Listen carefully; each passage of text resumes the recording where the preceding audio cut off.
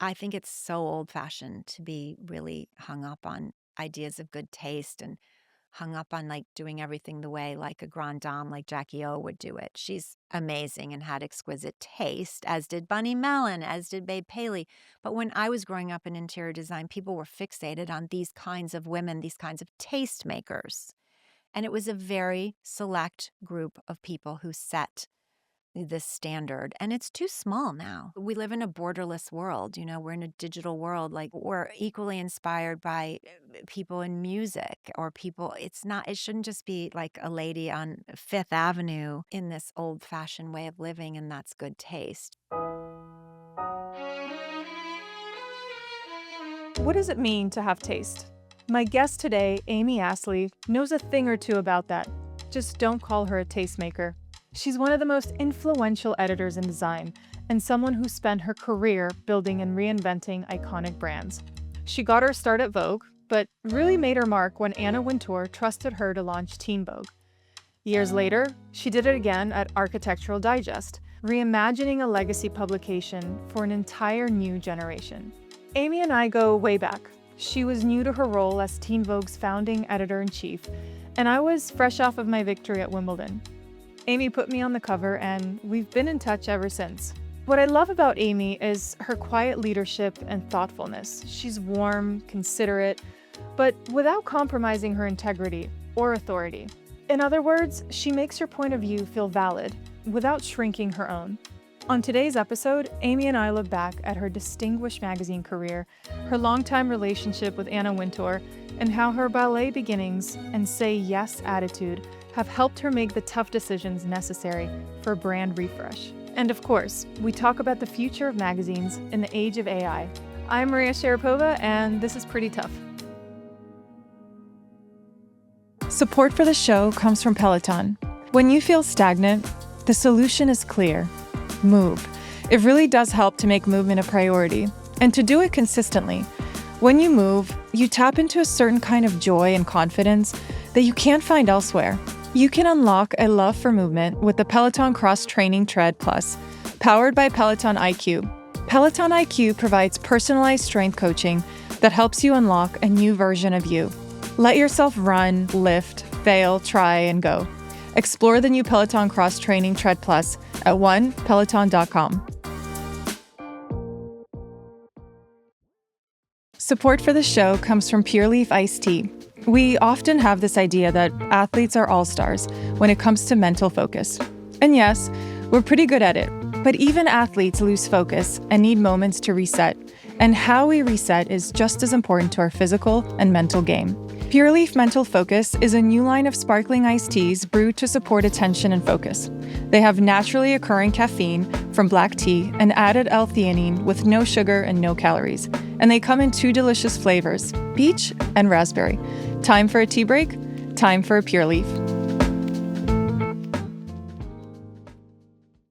Amy, thank you so much for doing this with me. I feel like we go way, way back. Maria, thank you for having me. We go way back. I like to start these conversations with a quote.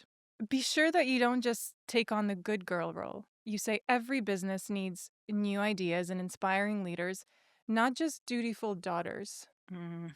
That is a goodie. I want you to elaborate. Well, I am a dutiful daughter. I was raised with 2 brothers and a very demanding father who's still alive. So I can relate to the dutiful daughter. I feel that I was sort of raised to be one, and I still am. And you can look around in any professional setting, whether you're an elite professional athlete or a magazine editor, as my career, or anything, and find the dutiful daughters who are just plugging away day in and day out, and often doing the work that is thankless and that other people don't want to do. You have to be careful that it doesn't become, your defining characteristic in your career, whatever your career is. Or even if you're like an at-home person, Yes, very true. dutiful, just everything that it implies. It's important for women to find ways to make themselves a priority too, and to be within a professional context, to be the catalyst for, I think the quote said, change and new ideas, and not just like slogging through all the admin, Yeah, that's very. Were you Yeah. ever a rule breaker? One of the biggest moves I made was when I got out of college and I just hopped on the plane and came to New York. I was raised in Michigan in the Midwest, but I spent a lot of time in New York as a child. But still, it was kind of a big, bold move in the pre-Sex and the City days, when New York wasn't known the way it became over time, and sort of the pre-digital time too. I came to New York in 1989. I fell in love with New York when I was 11. When we came here, my dad was a professor and he was on sabbatical, and I fell in love with ballet, which has been a big motif in my life, of course. My parents were looking for something for me to do after school Mhm. because, of course, in New York, you can't just run outside unattended and run around. You need activities and all that. So I went to the Joffrey Ballet School. Ballet really suited me, and I totally fell in love with it at age 11, and it stayed in my life till I left ballet at 18. And did you But feel that you could one day be a professional I ballerina? definitely wanted that. I definitely wanted that, Maria, but I also realized at 18, I loved ballet more than it loved me. What is it like? I think there's so many women that have a dream and a passion that they work towards, but at one point they realize that isn't their future. Right.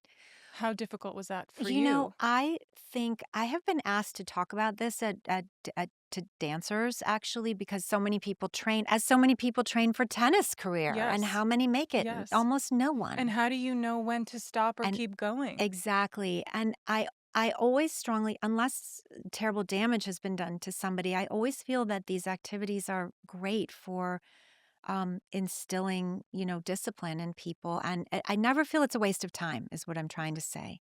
Even if someone plays tennis at a high level and never makes it into Completely it's agree. still a great There's so many thing. like what were the lessons that you learned? Well, now I'm thinking, well, okay, you went to ballet class instead of doing what? Like nowadays, you'd say instead of being on TikTok for 10 hours Right. after school, And like, having a daily yes. routine and a discipline A that you discipline, look a daily forward routine to. for me, it led me to movement, which movement's a big part of my daily practice. Every day there's movement, and that's for my mind and my body. But ballet shows you that you can do anything, just like a sport. I was taught, just the way athletes are, don't ever say in your mind, I can't do this. The minute you say you can't, you can't. So I say that to young people now, my own children, but people I've mentored at work, don't say I can't, because then you can't. For sure, right? Yes. You So many lessons you are can't. applicable. If you say you can't, you really can't. Yes. But if you say I can and I'm going to try, these are all great things to learn. There is that fine line between persevering, right, through a moment of difficulty and sometimes pain, and kind of acknowledging when is the right time to step back, which I faced several times in my career as I gone through injury and closer to retirement when I thought that like my stubbornness, my perseverance was getting in the way of other Yeah. things in my life. Yeah, that's so interesting. I mean, Well, could have a whole podcast on that. It is an interesting question about when do you persevere and stick with something, and when do you move away, and it takes maturity and wisdom and self-reflection and a lot of hard work, I think. And we've seen many, many athletes, no names here, yeah. say they're retiring, but, like, no, fake out. They're not really retiring. And then sometimes people call them out for that. I never would. I think it's really hard to step away. But for me at 18, I will honestly say ballet is a really stern mistress. And I knew that I wasn't going to be in the New York City Ballet. And you have to face it, just like someone has to face they're not going to the Grand Slams or whatever, Yes. like, you kinda know. Yes, you Maybe you do. hang You in there for really a don't. while and you keep giving it your best, and at But at a some certain point, point, people have to face yeah. reality or it gets really sad and tragic, and I just knew that I was gonna be in the back line of the ballet, and I was really wise to move on, but I never regret 1 minute of my time No, no, there. I think there's so many beautiful lessons. So many. I want to go back to the early 2000s. Yeah, Anna Wintour taps you to launch Teen Vogue right? after you spent several years under the Vogue umbrella Yeah, in the beauty industry. yeah, And she saw your potential and said, yeah. "You can fly now." Yeah, Anna's amazing. She's very intuitive about people to this day. I talk to her a lot. I see her most days in the office. She's the hardest worker, and she has a really strong intuition, like just a gut reaction to everything. She sees the best picture right away. She knows the moment before other people do, and she sees talent in others. So I owe a lot to her in my career, and I've tried to pay it back by spotting talent around me and really supporting them. And I have so many examples of this, particularly people who came out of Teen Vogue. I mean, it was just like this endless well of like Emily Weiss was my intern who Yes. started Glossier. Ava Chen. Eva Chan, amazing, an amazing editor, Eva, an amazing talent. Phil Picardi. There were just Elaine Welteroth, so many people came through the doors of Teen Vogue. It was a phenomenal place, not to mention the talent we photographed. Yeah. You, You had I incredible mean, stars. Mary-Kate and Ashley Olsen long before the row. Yes. Dakota Fanning, I Dakota remember, was on the Fanning, cover. Jennifer Yeah. Lawrence, Misha Barton back in the day, Kristen Stewart. I mean, just so many Iconic names. iconic names, exactly. What would be your advice for Zendaya. Oh, you had Zendaya on? Uh-huh. Oh my god. I And haven't seen that cover. I know, and look at where Zendaya's, Oh, it's where she is. extraordinary. But Yeah. I do remember Zendaya with La Roche, her stylist, That day on the and shoot. many days at they'd go to the shows in Paris, and they were just the sweetest people who were figuring out fashion and not famous. And working their way She through was their a own Disney. industries. Yeah, they paid their dues. They What an both really iconic did. duo. And so did Mary-Kate and Ashley. And so did so many people I watched, Right. Grow. succeed. So looking back, I mean, seeing how Anna noticed that you had that potential to start something new, Yes. what advice would you have for someone that is seeking to get the attention of their boss, that is Mm, ready to go to the next level, but doesn't quite have that confidence yet? yes. So it's always about saying yes. It's never about saying no. If the answer is sort of no, you still say yes and find a way to make it work. I love to surround and I'm not saying a yes person as in a person who has no backbone, but a person when you ask them to take on something who says, yeah, I'll do it. Oh, I'll figure it out. Oh, yes, I can I'll do more find a work. way no I'll matter find what. a way, Right. and I think when I was working at Vogue, which was a little shy of 10 years, it was 9 years I worked at Vogue. And before that, I worked at House and Garden. Anna hired me from House and Garden. I was really trained in interiors there. And then I went to Vogue after HG closed. So she knew that she had hired me from the interiors world. And I think She had her eye on you. it's something she and I always bonded over was that our mutual love of gardens and interior design, even when I was at Vogue. So I think she always can see what you have in you. And yeah, she when she asked me to do Teen Vogue, I said I was a very young mom. I had a baby, and I said, I'm not sure I really am qualified to work with teenagers. And she said, Of course you are. You're going to figure it out. You had no choice, Amy. I had no choice. And then I started to think, well, why am I not qualified? Why would I say that? Like, I was a teenage girl, Yeah. who's more It's an qualified than interesting that? topic because the question is, do you have to be ready to take a promotion? You don't No. always have to be at the level that someone is Right. expecting you, but if you are Yeah. curious to learn, if you are eager to get the position and grow on the job, Yes. that's equally as impressive. Well said. You can learn on the job. Absolutely. It's all about the attitude. That's why I said I look for people who say yes. They're open, they're receptive, they want to take on more, they want to meet people, and they're leaned in. And then you see the opposite people who say no, they're not so interested, they're leaned out, they're wary about everything. And it might work in certain worlds, but not in mine because my world is storytelling and it's other people's stories. Right now, we tell stories through people's personal environments, their home, their garden. And I've done other kinds of Yes. storytelling, but And you're also leading a team. yes, How do you invest in your yes, team? How it's do a you big spend team. time together? Yeah. I had a really busy day today, so many meetings. There's never enough time to talk to everybody. But in the end, I think the having a successful business is sort of like having successful relationships in your life. It's the communication and the talking. You have to make time for it. You have to listen to the other people. I listen to people. I am always receptive and open about what they're saying, and I learn a lot from them. But I also know inside that I'm going to make a decision in the end that's going to be my decision about how I think AD can move forward. When I started at AD 10 years ago, it was sort of like almost like a trade publication, and I knew I wanted to make it culturally relevant and buzzy and attached to the culture and pop culture and entertainment and athletes. We've done your house. I did Serena's house. Yes. Like I wanted it to be something that people felt was relatable within their world of what they were talking about and looking at in the world, not just like a portfolio of And you also exquisite similarly homes. did that with Teen Vogue, because Teen originally Teen Vogue's mission was essentially to be a younger version Yes, I mean, to Vogue. Teen Vogue, the first issue came out in 2003, which had Gwen Stefani on the cover, shot by Wow. Herb Ritz.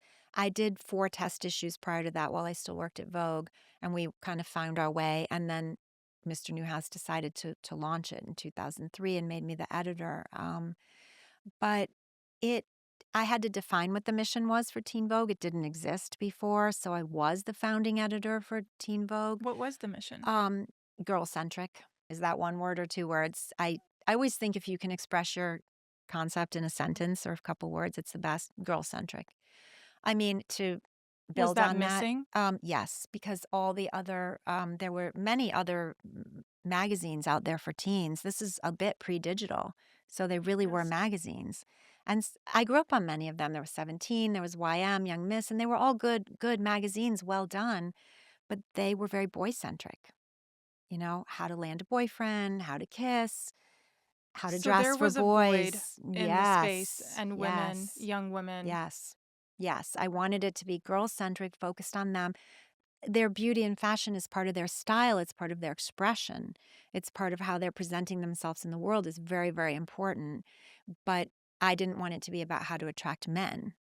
And girls loved this message. I mean, it's that simple. It was about them, their creativity, their potential, their future, their education, what they wanted for themselves. And if that included a boyfriend, great, great. and we had a lot of health information and it was very straightforward for how to look after themselves. But I mean, Teen Vogue for me was about putting the girl at the center of everything.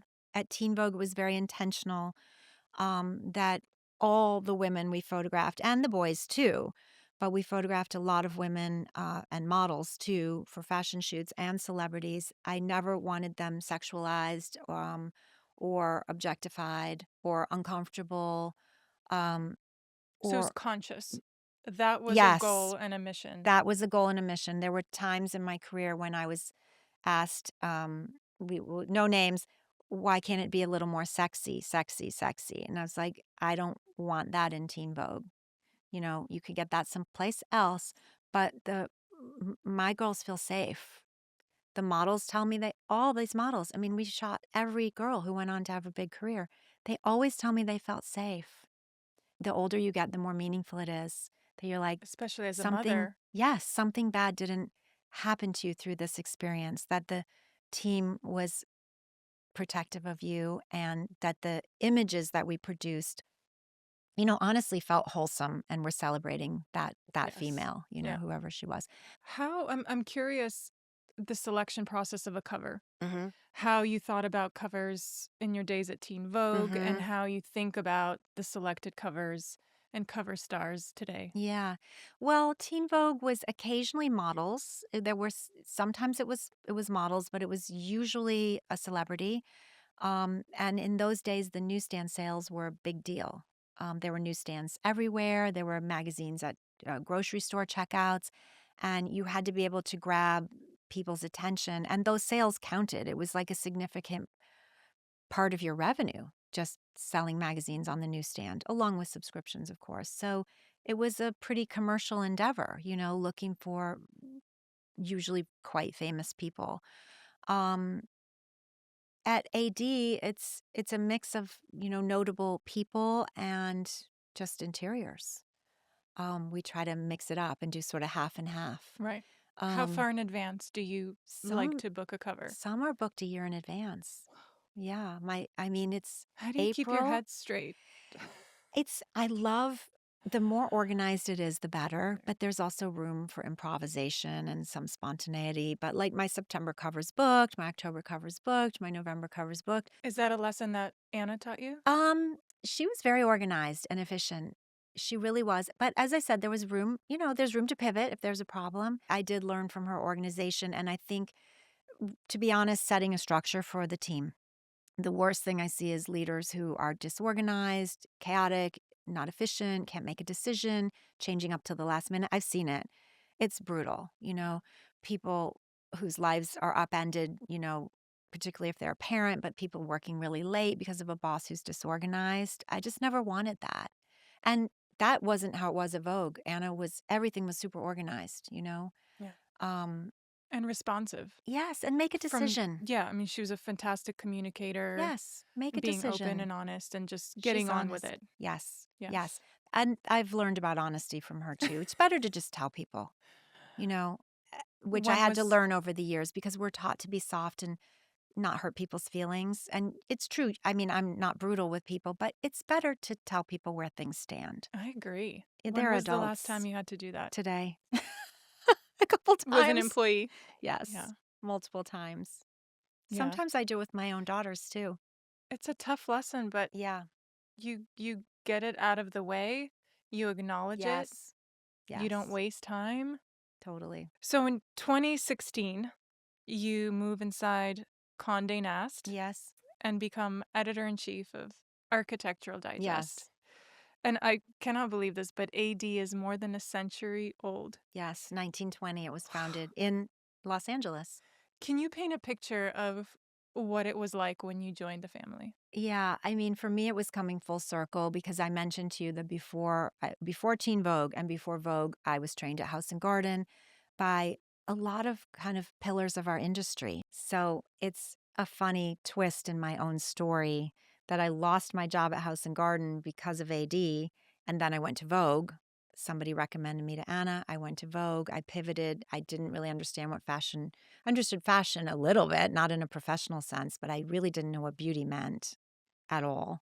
She had a spot open and I went to the job and it ended up being the best move ever. It was serendipitous for me.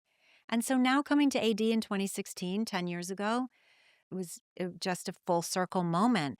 And you could never plan it. You could never I didn't hope for it. It was unplanned, but I do believe that I'm going to quote from the movie about the Williams sisters. Their dad said, "If you fail to plan, you plan to fail." I assume he said that to them in real life, but I saw that in the movie. If you fail to plan, you plan to fail.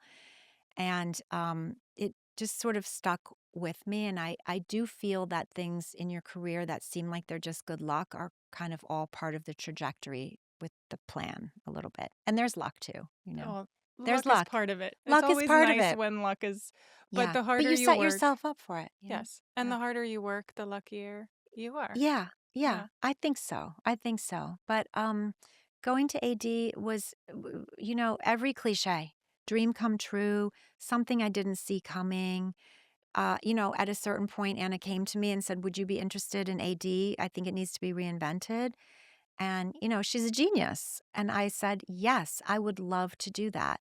But I wasn't just handed the job because even though she believed in me, I had to pass through all the auditioning I within the can only company. imagine. Yeah, Yeah. all the guys. And what did you, when first day on the job, like paint the picture of the aesthetic of AD that existed 10 S- years ago? Because from Yeah, my perspective, yeah, it was it was authentic, it yeah. was mature, Hmm. but there was an element of dated. Yes, dated's the right word. I can't top you.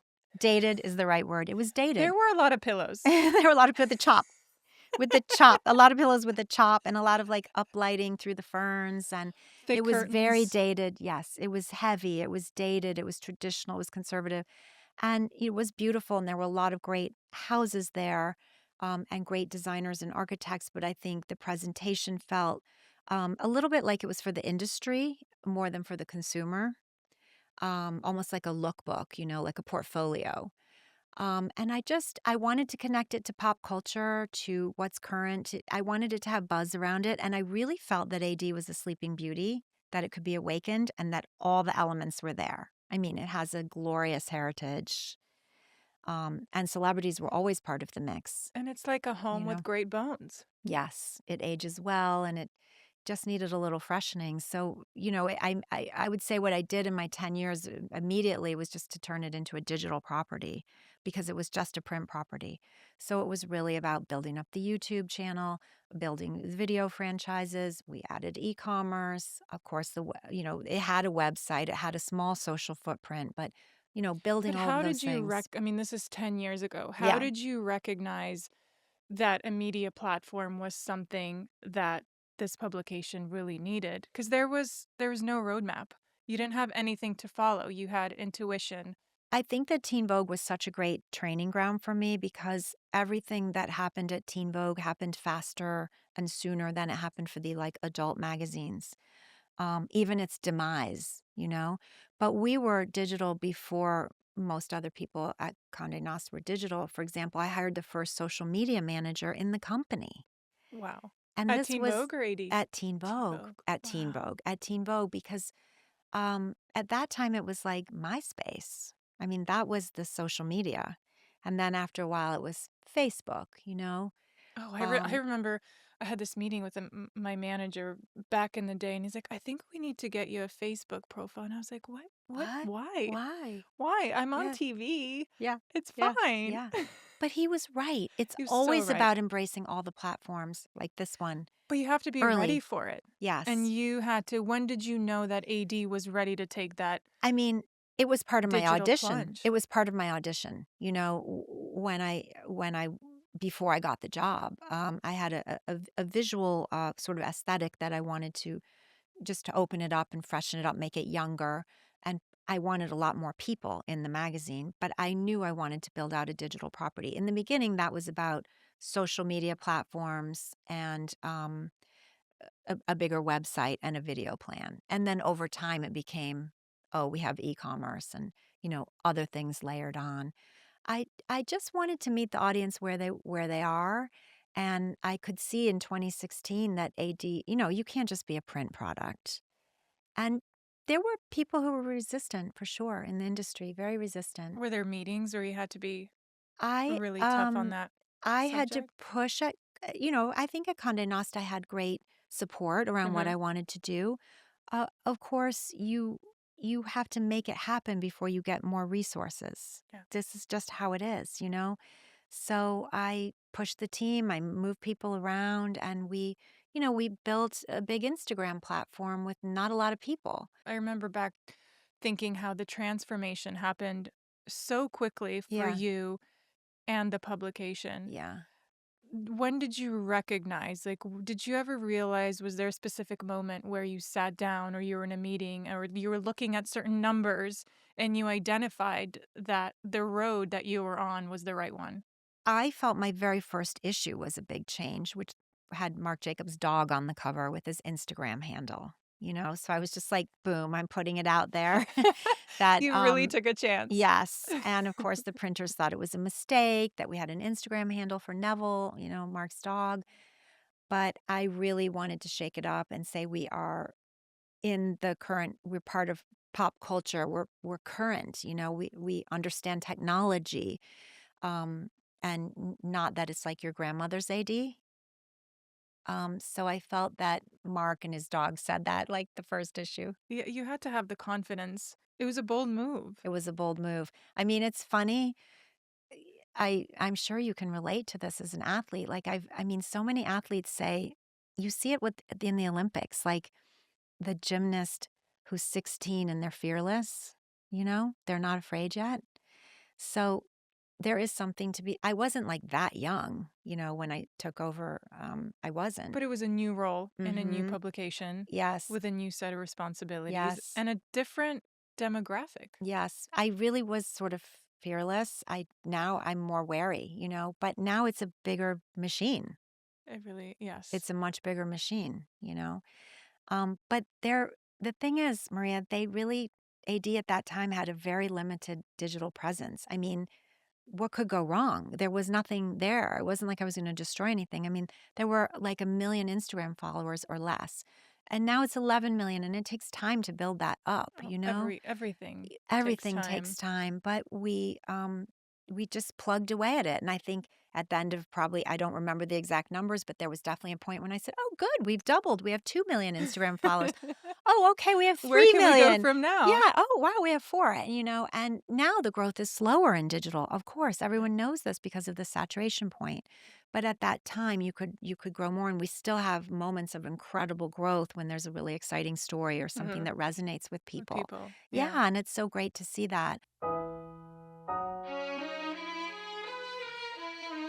Welcome to Pretty Tough Tips, a short series on performance presented by Pure Leaf Iced Tea.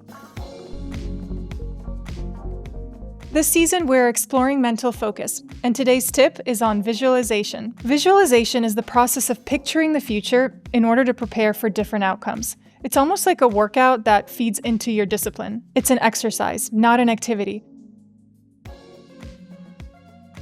Visualization became a part of my routine as I was getting for every single match of most of my career. 30 minutes before the match, it would just be me huddled inside the locker room, thinking of the scenarios that would play out in the match and all the technicalities, the directions of where I wanted to serve, how my body feels hitting an ace or being up a match point or playing the best match of my life. But equally, how does my body feel when I make a mistake and it goes in the net or it goes long, or my opponent just hits a winner and there's nothing I can do because it was out of my control. And making sure that my body went through all of those moments so that when it does actually play out and it happens,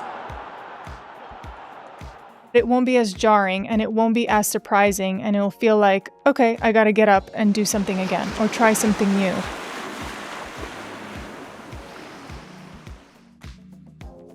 I've always thought of visualization as a practice, and it's a discipline. It's very informative. It's not fluffy. It's not a way to just pass time, but it becomes really intentional and something that made a huge difference in my career.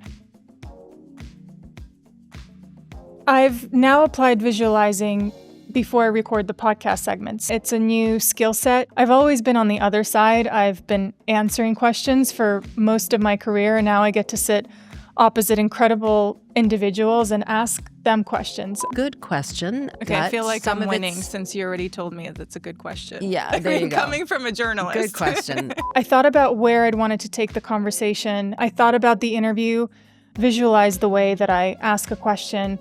What do I want to get out of it? It's about engaging in a conversation that hopefully you will learn from just as much as the audience will. And just remember, your brain doesn't fully distinguish between vividly imagined reps and the real ones. When people vividly imagine performing an action, many of the same neural networks activate as when they physically perform it. Studies on athletes, musicians, and even surgeons have shown that mental rehearsal can strengthen motor pathways, improve confidence, and even sharpen a performance. So next time you're getting ready for a big performance, whether it's in your arena or in your boardroom, don't forget to set some time for yourself and visualize. I'd love to hear, was there a particular obstacle in those early days when you were, getting the ground running, when you were, hiring and firing Yeah, it perhaps, when was. you were creating a new vision? Yeah. Like, was there a really tough moment in that process? I did have to let people go. And I knew right away the people who had to go. They were either not on board with technology or not on board with being collaborative.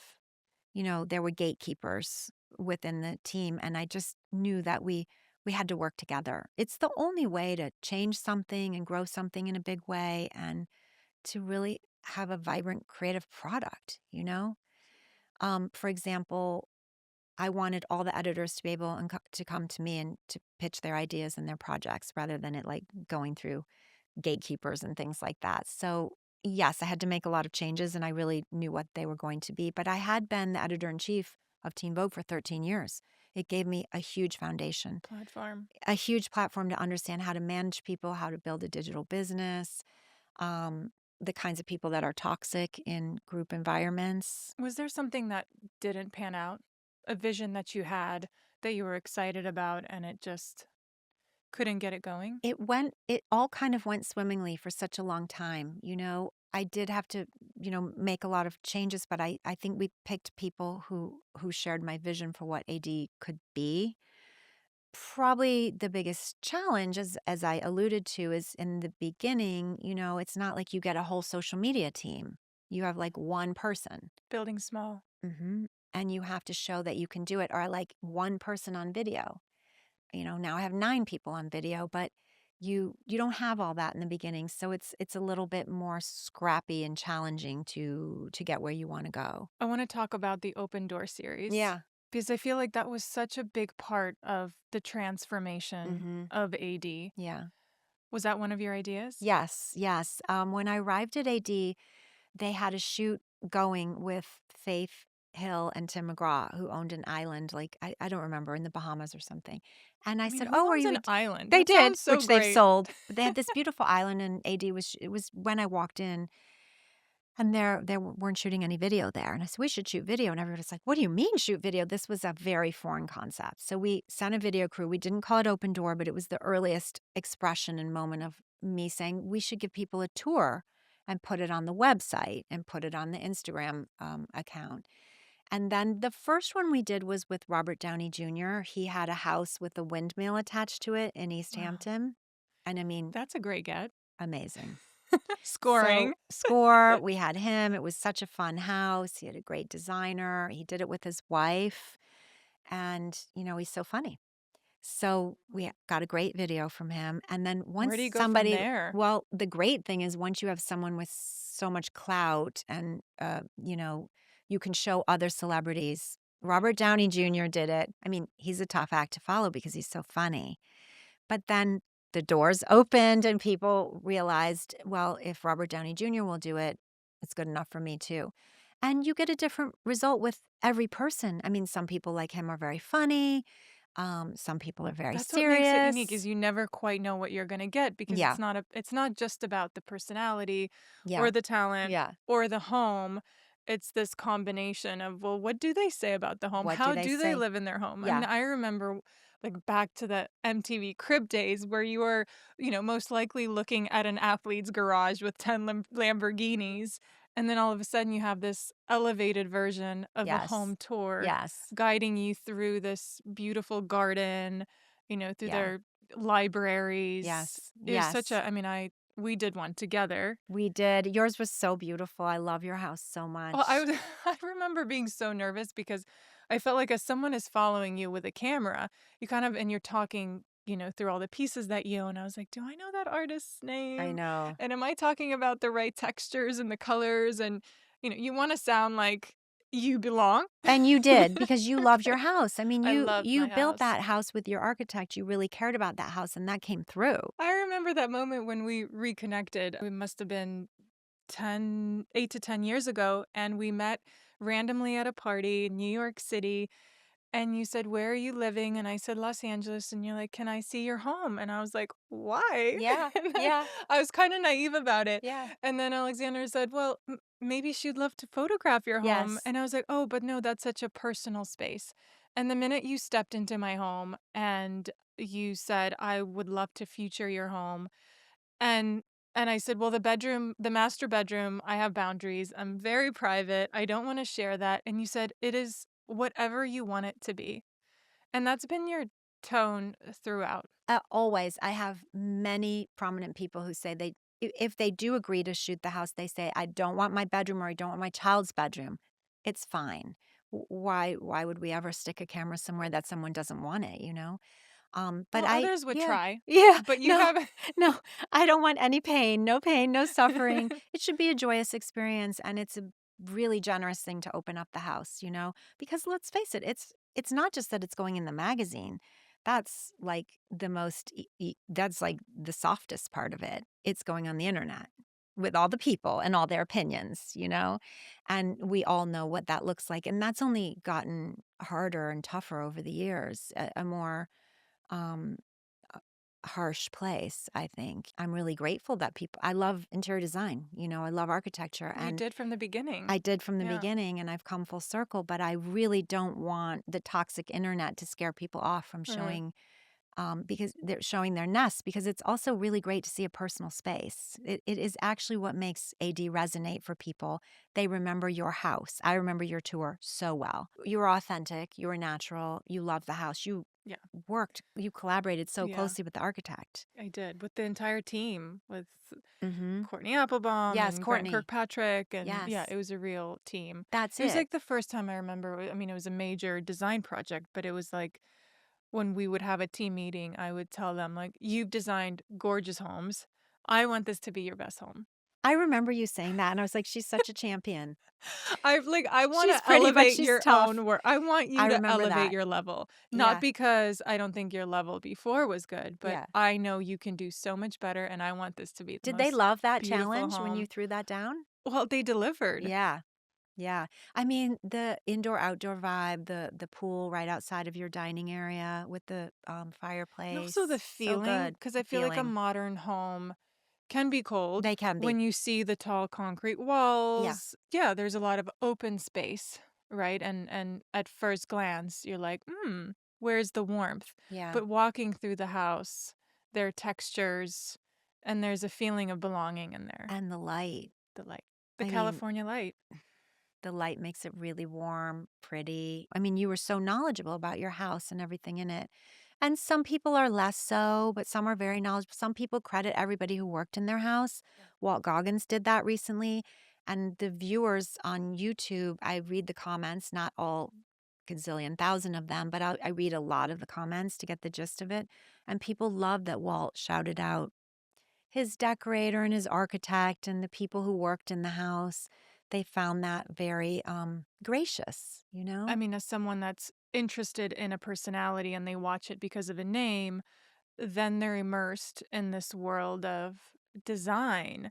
And all of a sudden they're interested in, oh, that fabric is kind of chic. Maybe I could put Exactly. that on my pillow. I remember Dakota Johnson's house. Her tour was amazing. Her video's amazing. Her photo I shoot's remember her amazing. was it the lime or the lemon or The limes. one of, yeah, that got a, Yeah. it was viewed many times, to Many, say the many least. times, many times. How great to raise people's awareness of design Yes, through elevating. videos that they want to look Right. at. Like, so many young people told me they watched Troye Sivan's video, which was great. His house in Australia was just fantastic. And I haven't seen that. I have to it's an check that old one one. out. I think it was sort of pandemic days, maybe. Okay. Um, Troy, is a Yes. musician. You know him, and The he architecture in loves Australia design. is so beautiful. They bring Yes, in the outdoors. yes, it is indoor, outdoor, and he worked Yeah. with this great now AD 100 designer called David Flack, who has a very cool bohemian kind of take. And I mean, Troy's house was so great in AD, but his video was just killer, and he was so charming.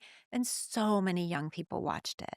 So many people told me, messaged, of course, there on the video, but also came into my world saying, Troy made me interested in lighting. Troy made me interested in my environment. I knew kids who said they went and changed up their dorm rooms or their bedrooms because they were inspired by Troy.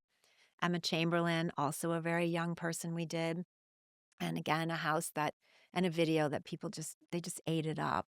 Is that an effect that you thought you would have when you started, or is that something that came with the evolution I of your I role? just wanted AD to feel young. I didn't want it to feel like grandmotherly and to only You have, dusted it off, yeah, we Amy. dusted it You off. really We did. needed young people. But how do you keep it fresh? It's We been 9 years. You've had the series for Yes, 9 years. You've been at yes. AD It'll be for 10 years in almost June. 10. Yeah, I'm How do almost at you 10 keep, years. you have 12, Yes, 12 issues a year, yes, 10. 10 issues a Yeah, year. How do you keep re figuring out how to re-engage and such a good find new question. concepts and keep it fresh? I'm going to be honest. The true answer is that I'm a design obsessive and I'm a people person. I'm really interested in other people. I'm really interested in you. I'm very interested in telling other people's stories. And there are so many great people. There are always new people that you didn't meet, that you don't know. Yes. They're popping up. And very similar, it's not about just choosing someone for the amount of followers they No, have or for their no, popularity no, or their fandom. It's no. really about the individual, their story, their personality, their tastes. Well said. it stays fresh for me because I keep finding great people and my team is amazing and similarly obsessed, and we're interested in artisans and makers, and we just eat it up. So I can never really get enough, and it keeps me sort of Young. thriving and Yes. engaged. I hope it keeps me young. What is something about the world of publishing at the moment that keeps you up at night? AI. I mean, we have barely scratched the surface of what that will mean in every Mm. respect. About how we consume Content art. creation, look at what it's done to search. Yeah. When you search something like the best mattresses, you'll get an AI overview. And it has a really profound effect that we're just at the beginning of what that is. AI, is like a traffic killer. I mean, that's known to anybody who works in the digital space. And so you really worry about how to find and deliver audience, to your product, with AI taking so many of the eyeballs away. Of course, if you're a content creator, you can't help but wonder what will be the future. Will the audiences just be satisfied with AI? Will they be fine with that? You know, with homes that aren't even real, you know? As always, I'm always eternally optimistic, and maybe to a fault. Maybe it's foolish and naive, but I'd much prefer that to being Yes. Well, that was negative. my next question is what are you hopeful about? So I'm always like, let's just try to stay a couple steps ahead. I look at, well, what are people responding to? So I have a new book out with Rizzoli. You're in it, Maria. You know this, that big pink book, that hefty book, and it's 10 years of my favorite people. Beautiful homes. Yes, and it's a piece of our revenue story, but it's more than that. It's a piece of our history. It's a document of great. It's all people in AD and only from my tenure, and it's a celebration of that. And you know what? I do book signings. I have one in Italy coming up. I was in Charleston, South Carolina last week. You get hundreds of people lining up. AD means something to them. It's touching them. They want you to sign the book, and this is also a piece. It's a piece of your business, And so I'm always and events. People love Yes. events. And They events want has become a huge business for Condé Nast with yes. Vogue World. Yes, do something in real life. Mhm. Let people connect and network, and maybe move off the computer and stop worrying about AI so much and do it in person. So it's really about just observing people's behavior, because I've also learned, you can't change their behavior. If people would rather stream their music, they'd rather stream their music. You can scream and yell about like you've killed the record business, but like this is the technology people have embraced. And for me, you were asking me about my early days at AD. A lot of people criticized me for putting content for free on the website, and particularly on the social media platforms, especially IG, but also Facebook. And I fought back. It wasn't criticism from within the building. It was criticism from outside in the industry. You shouldn't give this away. It should all be in the magazine. People should pay for it. And I thought, no, you can't change audience behavior. You should meet them where they are. If they only want to engage with AD on Instagram or on YouTube, then that's where we're going to engage with them, because there also is a very healthy population of people who only want the magazine. So it's very diversified business is what I would say. If you were wearing a business hat right Yeah, now, always. always, because I know there's so much beauty and there's an incredible art form with what you do, but ultimately running a magazine and being editor of a magazine is all business. How has that changed for you in the last few years? The environment can be challenging. And so the way that you can succeed, as we have at AD, is that you have to make content that is compelling and that people can't get anywhere else. I think the kiss of death in our world is if it's okay, the content is mediocre, it's okay. And if it's available everywhere else, I mean, you're just not going to make it. So I'm always focused on making sure that all aspects of AD feel um, like it's exclusive to us. Not that it's exclusive in the sense of excluding people, but you're not going to see Maria's house except for in AD. It could be on our pages, you could see it on IG, you could see it on YouTube, but we're going to break it. Or Kendall's mountain house that she kept under wraps that we did in January. And that is a huge piece of being successful in today's environment, which is oversaturated. There's too much content for people. Too much of it is the same. And you just have to keep being very distinguished in what you're putting out, that it is really unique and really exclusive to your brand. And that's what I always come back to with AD. Was there a time in the last few months where you had a really challenging meeting about revenue and where the state of publications are heading, and you really had to face it like it was in front of you? Like, I need to pivot. I need to make decisions that are more media focused or Yeah. event focused. Yeah.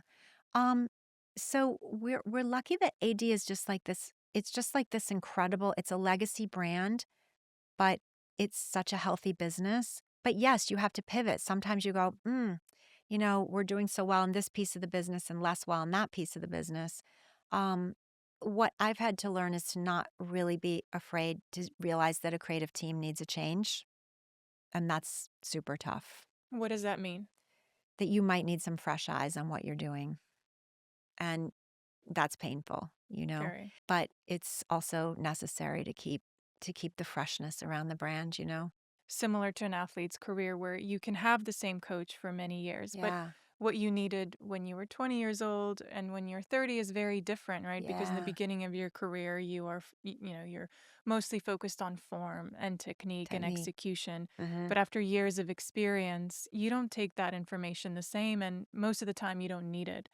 And then you'll have Wow. a trainer or a coach that can say the same thing to you, but somehow it hits differently, Yeah. right? And you need a new perspective. And Yeah. they could be saying the same thing, but their energy is different. Yeah. The way they communicate it to you is different. Yeah. And all of a sudden, you make an effort to make a change. And you have a breakthrough. Yes. Letting go of your team is one of the hardest things in business and in sport. And I can imagine it's similar in your Yeah, industry. it is similar. And if you sort of pride yourself on loyalty and nurturing people, it is a hard call, definitely. But I would say that's something I've had to learn as a leader too. You might be doing yourself a disservice. Yeah. You might not be living up to your own potential. In the end, I accept that I'm a creative person and a business person. It's the two together. You have to have both equally to be successful. It's And funny you say that because yeah, not a lot of talent thinks that way. yeah, I do. They're either right brain or left brain. Yeah. But in the modern world, For me, it's success both. has to lean into both of those Yes, buckets. definitely. Definitely. I mean, I care so much about the business. I mean, to be viable, you have to care about the business. And I feel that, if I hadn't come in 10 years ago, well, they would have taken a different tack, but you have to join the digital world. It's the world we live in. And so that's what I've done. But as I've said in this conversation, it keeps changing. The thing that doesn't change as much is the print product. I mean, we've been making a magazine over 100 years. The people in it change, the width, style, photography, but like it's still delivered on the same platform. But the digital platforms, the audience, the algorithms, they're changing nonstop. That is the most challenging part of the job if you have a digital business. Definitely. And it's the world of unknown. It's the world of unknown, and you have to pivot, you have to be quick, you have to read the data, not cling on to things, and keep engaging. The audience moves on. You've said you dislike the term tastemaker. Yeah. Why is that? The idea of taste can be sort of a trap a little bit, like good taste. Is this good taste? Or like, is this my taste? And it can sort of limit everything. And I really wanted AD to be open to all kinds of people and all kinds of modes of expression and ways of living and not be like stuffy and too caught up in like old fashioned ideas of taste. Um, that said, the magazine reflects my sensibility, but I try to be really open to showing different things. They're not all houses that I would necessarily live in. Um, but I hope that it's all stimulating for people to look at. Is there such thing as bad taste? I like a little bad taste. I think it's totally fun. I mean, It opens up a conversation. yeah, It's like yeah, art. yeah. It's also really like old fashioned and snobby to like judge that way. And I don't want to be that way. I don't want to be that person at Yeah. all. Yeah, it is a form of conversation. Like when you go to Yeah, when you go to an Yeah, exhibition totally. and it is works of art that are just, they're hard to Yeah, understand, right? yeah, An artist had a purpose and had a point of view. You might not connect to it, but you appreciate it. yeah, Someone that came with you to the exhibition's like, no way, this is not my thing. And totally. you speak about it. Yeah. And I've done houses at AD where people said, "Oh, I didn't like this house or that house. I don't think they have good taste. I think they have bad taste." And I think, well, that is that person's house, and the person is an interesting person.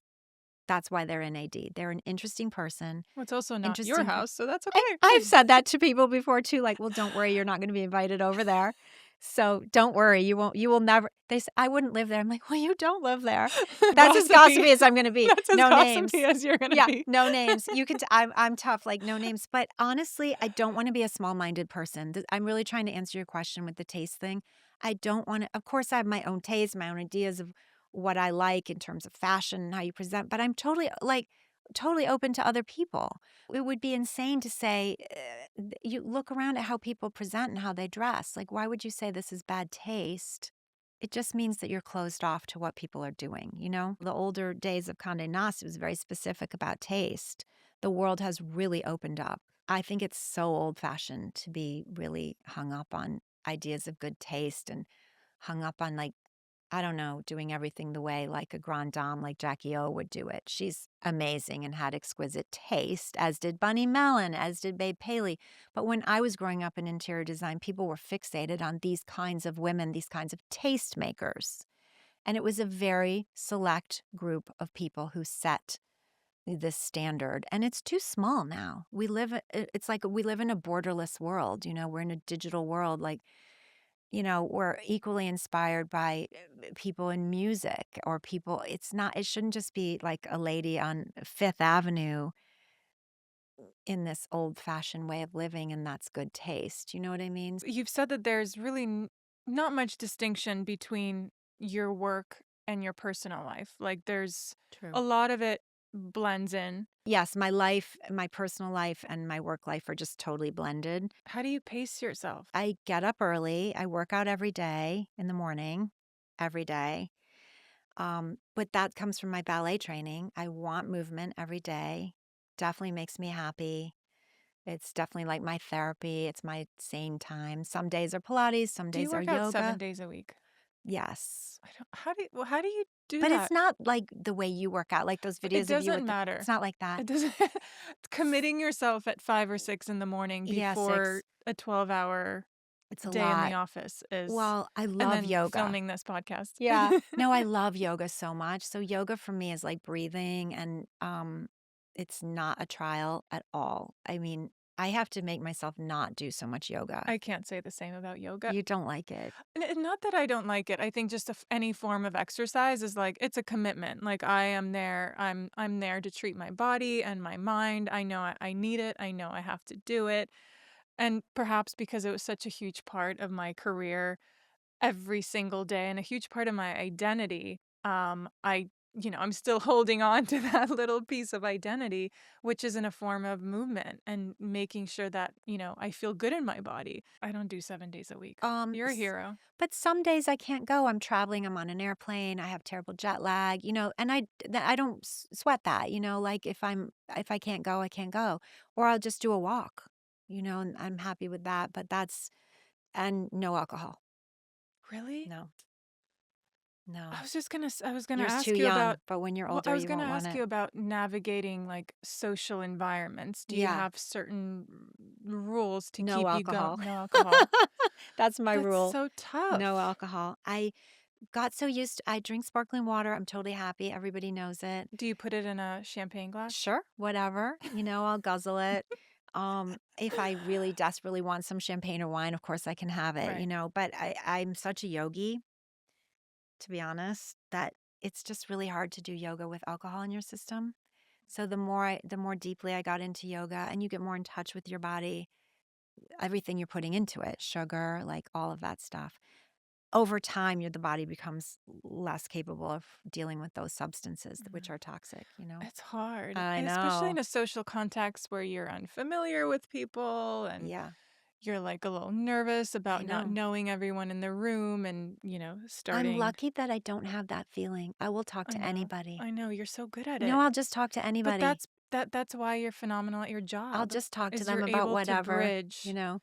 and ask questions about their life and what they had for breakfast. And by Yeah, the way, do you have a yeah, beautiful home? yeah, yeah. It's different when you're a big celebrity and people have a lot of preconceived notions about you, like, and they're intimidated. It's in my role, like I'm not, most people, I mean, they don't know who I am. They don't care, so I don't feel that I'm leading with anything like that. And um, people always want to talk about their house or they want to talk about Teen Vogue or I want to talk about them. You've seen like the insides of so many homes. What Yes. what is your home like? My house, I live in a really small loft in New York. It's like people, I think, would be surprised to see it. I've never really shown it, or I have never shown it. But it's modest, and I raised my two kids in downtown New York in this small loft, but it's got really nice light and it has a very Japanese feel, which is something I really bonded with you because you talked about Japan when I first came to your house and you had that beautiful tree outside and I felt the spirit and I love that Japanese sensibility so much. We So, went we you went on know, a trip to Japan last year, and I went there with an empty suitcase. I came back with 3 full suitcases. yeah. It was just the the shapes, Yeah. the textures. Yeah. It's minimal, but it has such strong impact, and I know, like, we share that design aesthetic where it's not about having a lot of pieces, but really collecting and focusing on pieces that you can live with forever. No matter, and our taste evolves, our interest evolves, what we like evolves. So, but I feel like Japanese design and architecture, it lasts forever. It lasts forever. It lasts forever. So my loft has a Japanese feel. With also, to be honest, quite a bit of color and a little bit of a Donald Judd kind of influence. I don't have Judd pieces. I wish I did, but I definitely have some built-ins that are sort of influenced by that style. And I do live with color and tons of books and flowers and all of those things. I'd love to tap into your expertise. Like if I'm visiting New York City, Mm-hmm. building a house, Mm-hmm. what are the 3 design stops that you would suggest? I would suggest going to RW Guild and Beautiful. definitely having a coffee or a breakfast or something at La Mercerie, the They have a great beautiful. crepe there. I love Yes, the crepe. they have a great chef, Yes. great female chef. It was founded by a husband-wife duo, Robin Standifer and Stephen Ailish. They're AD 100 designers. RW Guild is the shop. They're called Roman and Williams. It's on Canal and Howard, I think, and it is really a great shop, and it's a great place to have a coffee and really inspiring environment with incredible Yeah. flowers, the Book a table food, book a because it's table. it's Yeah, hard to get to. it's hard to get to. And if you can't get a table, you just wander in, you shop and get on their wait list and try to sit Sitting at the down. bar is equally as fun. Fabulous. Yeah. And what an environment that they Yeah. created, Robin and Yeah. Steven. I remember when she told me what she wanted to do, and I thought, oh, that sounds great. And then she did it, but beyond my wildest dreams. And that used to be a Citibank. And then I would say go to Nikki Kehoe, which is an LA favorite, but now it's open. I think it's on West 10th Street. Yes. They Pretty have sure it's great 10th Street. knobs, Yes. hooks, Knobs, like little hooks. accessories that are well priced. Yes. Gifts, home Great things, gifts. great gifts. If Yeah. you want candles or you want Yes. dish towels. Last but not least, Last but not least, I mean, I would say maybe to head uptown and go to like KRB, Kate Reinstein Brodsky's shop on Lexington Avenue has a lot of beautiful I've things and a never been there. little more uptown Okay. vibe. And she has great stuff, great decorative things, Cool. lacquer. It's Oh, pretty it's a great. wild card. Yeah, Lacquer. KRB. I would go Okay. uptown. Also, go to the Frick Museum because not only is the museum so beautiful and it's been completely, redesigned, but their gift shop is beautiful. I love a gift shop at a museum. It's a good gift shop. I was just in Lisbon at the end of last year, and I was like walking through and I'm like, oh, what books can I buy? Yeah, Architectural books. And then I see the kids section. yeah. And even just the clothes were so sweet with these abstract ducks. And So so I come home with great. clothing and my son is like, okay. Yeah, I'm expecting a toy. I And I love was like, that. no, no, no, I bought you clothes at the museum. I totally love that. Went to a new shop in Charleston when I was there last week for a book signing called Wentworth. I definitely recommend a trip to Wentworth if you're in Charleston. And since we're getting our podcast off the ground, creating the studio, what do you think? This looks really pretty. Is it all Rove? Is it from your The chairs line? are Rove, the Yeah, little that's what I coffee thought. tables Rove. This I Yep. recognized. All Yeah. Rove from your line. I mean, I hate to use the word taste, but you have great taste. And you have great style, really, is what I prefer to say. A Thank great you. vision. I think it I looks like the word you great. use the word sensibility Yeah. at the beginning. I like that word I like it better. when you speak about Yeah. architecture I like and sensibility better. Do you procrastinate? oh yeah, I always procrastinate. This is advertiser content from Pure Leaf Iced Tea. Most people, myself included, have a moment during the day when we just hit a wall. When the list of to-dos that seemed so easy and straightforward in the morning now feels like the last thing you want to do. And when we can't focus, we tend to procrastinate. It's actually the small tasks we avoid, not the big ones. An email or two, some paperwork, the phone call we have been putting off. Okay, so what happens? You end up scrolling. You refresh the same app 3 times. You organize a random drawer or sort through the pantry, anything to feel productive without actually being productive. The key is finding the right reset. A walk around the block, 5 minutes without a screen, a strong cold drink. Then we return and we begin again, one point at a time. Next time you're looking to reset, try Pure Leaf Mental Focus. It's a new line of no calorie, no sugar, sparkling iced teas that support attention and focus. Perfect for resetting and refocusing when you need it most. Time for a tea break? Time for a Pure Leaf. This is probably going to go all over my wardrobe, but always happens to me. Almost.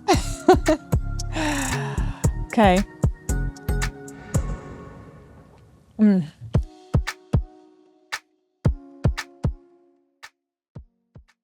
Are we going to pull out a Peloton tread? I mean, I could take a walk right now. That'd actually be really funny in my heels. This is advertiser content from Peloton. I've learned in sports and in life that consistency is everything. Not big, dramatic efforts, but just showing up, even on the busiest of days. The challenge is finding something that actually fits into your life and not the other way around. And Peloton makes that easy.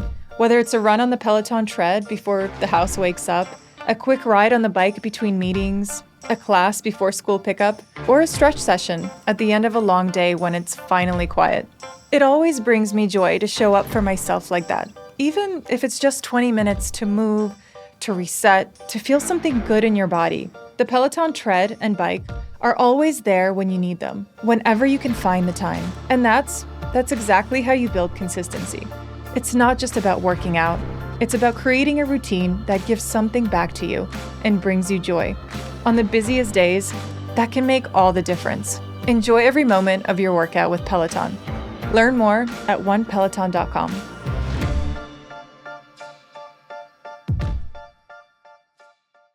Last part of this interview. Yeah. 5 pretty tough questions. Okay. What is something that you've had to unlearn? That you have to be super, super nice to everybody, but also that, honestly, that everybody's going to love you and like you and be in your corner and root for you. You know, when you're growing up, especially if you have a great family, which I did, you are predisposed to I'm polite and I'm friendly to everybody. Why isn't it working out with this person? And it took me so long to understand. It almost took me having my own children and talking to them to understand not everybody's rooting for you. Usually people just aren't thinking about you, and that's another lesson, But to kind of wise up and realize not everybody's on your side, and that's okay. Right. You know? And not everyone has the capacity to be No. on anyone's side. No, They're don't so expect it. consumed in their life. Yeah. It's not automatic. Exactly. It's not automatic That's a and good it's not a observation. given. You're not the center of the universe. What's a routine that's helped shape your success? Exercise, because of the discipline and the mental clarity it's given me and the joy. Definitely exercise, number one, which is movement. To me, it's movement. Comes out of my ballet background. Also, I start every morning, I read the newspaper. I actually read the New York Times every day, and sometimes it takes the whole day to get through it, but I never regret it. I learn so much. Um, and I want to be aware of what's going on in the world in a big, big way. And things that I read, yeah, I read things every day that I'm thinking about because I'm a people person, because I'm a storyteller. And the Times, I read other papers too, but that's been a fundamental thing. And actually, something Anna and I bonded on too, because she loves the news and we would talk about the news even when I was young at Vogue. And just being aware Being of aware. the world Yeah, and the rotations and the yeah, different industries, and yeah, not just being, single-minded on yeah. what you have to do. I just find those, and I also make the bed every morning, even in a hotel. It gives me a sense of completion that things are tidy, it's ready. What is a common misconception about you? Well, people always say, "Oh, you're so nice, you're so nice," and I do appreciate that. I absolutely, I hope, I think that I'm nice, and I was trained in the Midwest as a dutiful daughter to be nice. But you don't want that to be the whole expression of you. And I think sometimes people can misunderstand that you can be nice and make other people feel good and leave a trail of people behind you who feel good, but still succeed. That to me, that's more the message is you don't have to be harsh on other people to also succeed. And you don't have to choose one No, or the other. You don't have to be exactly. nice and, tough, Yeah, right? yeah, There's a time for each. you can meld it. What's your relationship to perfection? I think I'm very susceptible to the idea of perfection. I'm very susceptible to the idea of perfection, and I'm susceptible to beauty. So Oh, that's, I think, sounds like a warning. yes. And so I always am thinking, how can this be more beautiful? Whether it's certainly the work I'm presenting, which is all about beauty, or when I was a dancer, I was very rough on myself, on my physical capabilities. And I was a dutiful daughter, right? And like a straight A student and all that stuff. So there was a strong element of perfectionism for me. But I've just learned to let go a lot with age, a lot, and just say I've done the best I can, and this is how it's going to be. And also all the things that I can't Take it or do. leave it. Yeah, like I don't cook. I'm like, I really can't cook. And everybody loves cooking so much. And But you order well. yes, everybody like talks about food and cooking, and I'm like, I just can't. Just knowing my limits too. Yeah, I'm like, and being honest I'm about not them. going to be a good cook. Yeah. And since the podcast is named Pretty Tough, what is something that makes you feel tough? I will honestly say that my yoga practice, my movement practice makes me feel tough because it makes me feel really powerful and really strong, which I know you can relate to as an athlete.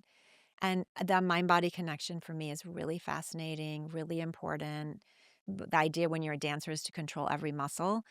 And I have found in yoga that Yeah. applies. So I feel both pretty and tough in a good athletic yoga practice. Because pretty for me has nothing to do with hair and makeup. I've had my hair and makeup done 3,000 times or 10,000 times in my life. I just want to be presentable and not scare people. So, like for me, That's where I was going next. yeah, pretty What has makes nothing you to feel do. pretty? It makes me feel pretty when I feel powerful and I guess tough, but when I feel my power, Hmm. I feel that I'm at my best, and I tend to feel that most with the movement, and I'm not really fixated that much on like my actual Yeah. appearance. I've loved interviewing women and asking this question because a lot of times women feel the most powerful and the most beautiful when they are raw and when they Yeah, are themselves and yeah, when they're not trying to prove something, totally. when they're just being themselves. I agree because after all, hair and makeup and clothing are wonderful things that can bring so much joy to your life, creative expression, and I think how you present to the outer world is really important. Elevated version of Yes, yourself. But but you it's have still to some be, armor, yes, and you have you to be know? comfortable with your foundation. You do. But Then, it's still your armor that you're presenting to the outside world. So For me, like in a really good yoga class, it's always a hot yoga class. You're sweating. Like there's Oh no my God, makeup. I can't believe you do that. I do that. There's no makeup. It's not about your hair. No, there's You don't, it's There's not about. no waterproof mascara No, that can work. and it's not about your set. I mean, some of the girls look so cute in their set, but I don't. But it's really more of it's a much more deep and profound feeling of feeling powerful, strong. I mean, pretty is a word, like that makes me feel Connected. yeah, and fulfilled, fulfilled as a person, Well, that was a very strong ending. Thank you, Amy. You're the best. Support for the show comes from Pure Leaf Iced Tea. Our days are full of distractions, emails, phone calls, texts, notifications, news alerts.